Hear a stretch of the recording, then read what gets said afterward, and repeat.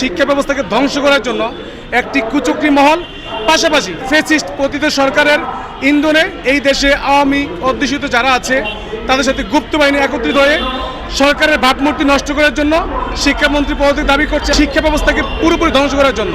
আজকে কিছু ছাত্র নামধারী বিভিন্ন জায়গা থেকে এসে যে অপপ্রচার চালাচ্ছে, তার প্রতিবাদে আজকের এই প্রতিবাদ সমাবেশ একটি বিচক্ষণ মহল যারা দেশ বিরোধী, যারা দেখেছে আজকে বাংলাদেশ নিজের পায়ে দাঁড়িয়ে যাচ্ছে, দেশের শিক্ষা ব্যবস্থা উন্নত হচ্ছে, আর অস্থির হয়ে গেছে কিভাবে দেশের শিক্ষা ব্যবস্থাকে ধ্বংস করা যাবে। সেজন্য তারা সবাই মিলে একসাথে, যেখানে আমরা দেখেছি কারা রাস্তায় নেমেছে, কারা ইন্ধন দিচ্ছে, কারা যোগান দিচ্ছে, আপনারা সব দেখেছেন। তারা চাচ্ছে না দেশের শিক্ষা ব্যবস্থা ধ্বংস হয়ে যায়। তারেক রহমান তিনি সাহেবকে দায়িত্ব দিয়েছেন ছাত্রছাত্রীদেরকে আবার পড়ার টেবিলে নিয়ে আনার জন্য, এবং উনি সাকসেস। আমরা দেখতে পেলাম তিনি যখন সাকসেস 4 দিন যখন শোনা হচ্ছে, 3 দিন ধরে শোনা হচ্ছে, তখনই শেষ ষড়যন্ত্র করছেন তাকে পদত্যাগ করার জন্য।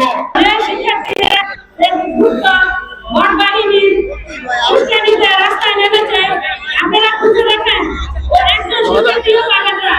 এটা মিলন সাহেবের বিরুদ্ধে একটা চক্রান্ত চলছে। উনি কাজ করতে শুরু করেছিলেন, কিন্তু ওনাকে কাজ করতে দিচ্ছে না। এটা সম্পূর্ণ একটি সুপরিকল্পিত, এই যে শিক্ষামন্ত্রীকে মানে সারা বাংলাদেশে ওনার ইমেজ নষ্ট করার জন্য, উনি সফলতা নষ্ট করার জন্য একটি ষড়যন্ত্রমূলক অপপ্রচার, তাছাড়া অন্য কিছু না। উনি যদি শিক্ষামন্ত্রী থাকে তাহলে আমাদের সমাজে জাতি সুশিক্ষা শিক্ষিত হবে, আমাদের সন্তানরা ভালো শিক্ষা পাবে।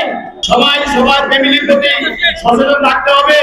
না হয় বিলাল ছবি দিল অন্যান্য খারাপ শক্তি মহলে যদি চলে যায়, আমরা দেশ ও জাতি এবং ফ্যামিলি নষ্ট হবে। তাই আমরা অন্যদিকে না দেয়া কমনপতি শিক্ষা ছাত্রদের বলতে চাই, তোমরা আমাদের সুশিক্ষিত সমাজ